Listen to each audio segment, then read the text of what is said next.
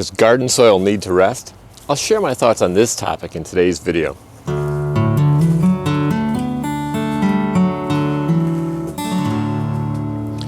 First of all, what do I mean when I talk about letting the soil rest? Let's use this bed as an example.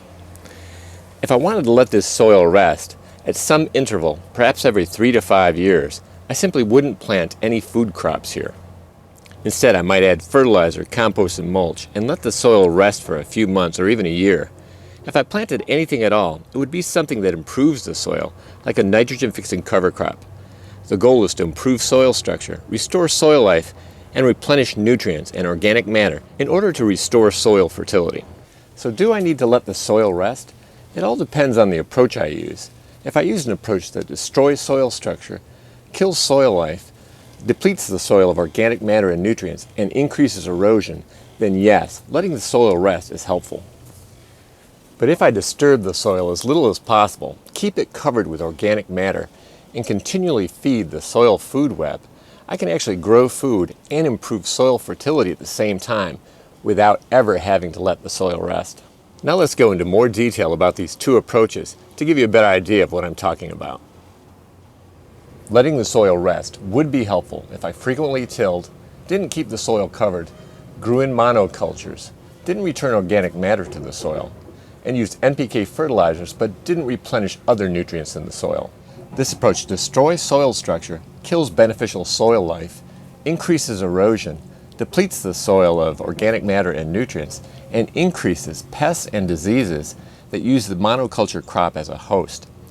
If this is done long enough, over time, the soil will be depleted to the point where it's no longer productive. When this happens, it's very helpful to let the soil rest. Stop tilling, stop planting crops except for cover crops, add compost, cover the soil with mulch, and add needed fertilizers as determined by a soil test. This will help reverse the damage. But after letting the soil rest, if I return to the same practices that caused the problems in the first place, I'm going to start that whole cycle again, and I don't want to do that.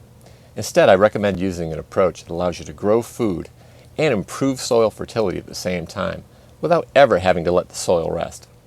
Specifically, if I model my garden after natural systems, disturb the soil as little as possible by not tilling, keep the soil covered with organic matter, feed the soil food web with compost and mulch, grow in polycultures to reduce pest pressures, and grow nitrogen-fixing cover crops, I can actually build soil fertility while growing food. Of course, here in Zone 5, soil typically rests through the winter when it's too cold and there's too much snow to grow without cover.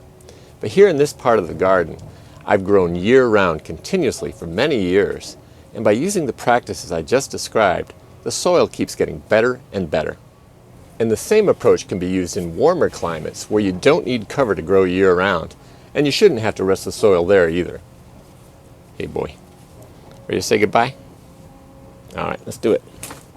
So every few years, do I need to let my soil rest to let it improve? It all depends on my approach. If I use an approach that continuously depletes the soil, then yes, letting the soil rest helps.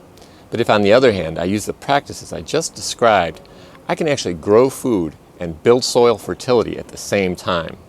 In a way, it's kind of like a bank account. If I continually make withdrawals without making deposits to cover them, I'll eventually overdraw my account.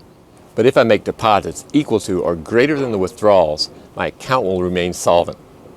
If you enjoyed this video, please give it a thumbs up.